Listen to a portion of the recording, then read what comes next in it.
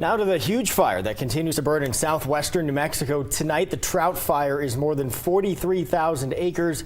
It is still 0% contained. This is video from our Chopper 4 yesterday.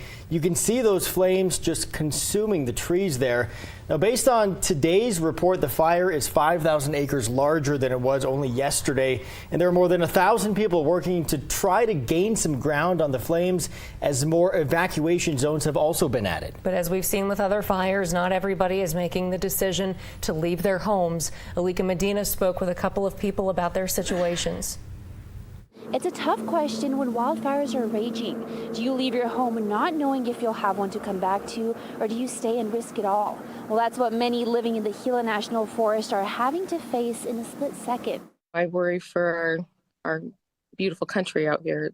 It's an amazing place, the Gila. For Lauren Guzwell, leaving her home was not an option for her and her husband. It was worth it to us to stay and try to save the property, because we know worst case scenario, we can go into one of those areas and be out of reach of any fuels. Guzwell says her husband has worked on wildfires before, so they have all the equipment to mitigate the fire around their ranch. She says having a wildfire in your backyard is a risk that comes with living in the forest. When we move out here, being surrounded by the forest and in a dry part of the world, we kind of know this is a risk moving out here. And so we're always a little bit prepared for it. But for Kevin Bartolucci, ooh, the smoke was so thick. It just filled the valley. Thick smoke, you know. And you can see it as the wind is just really a problem.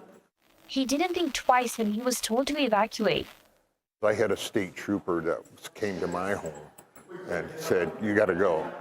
And, you know, that quick, you got to go. So that's what I did. I got out of there. So I said, it must be really bad.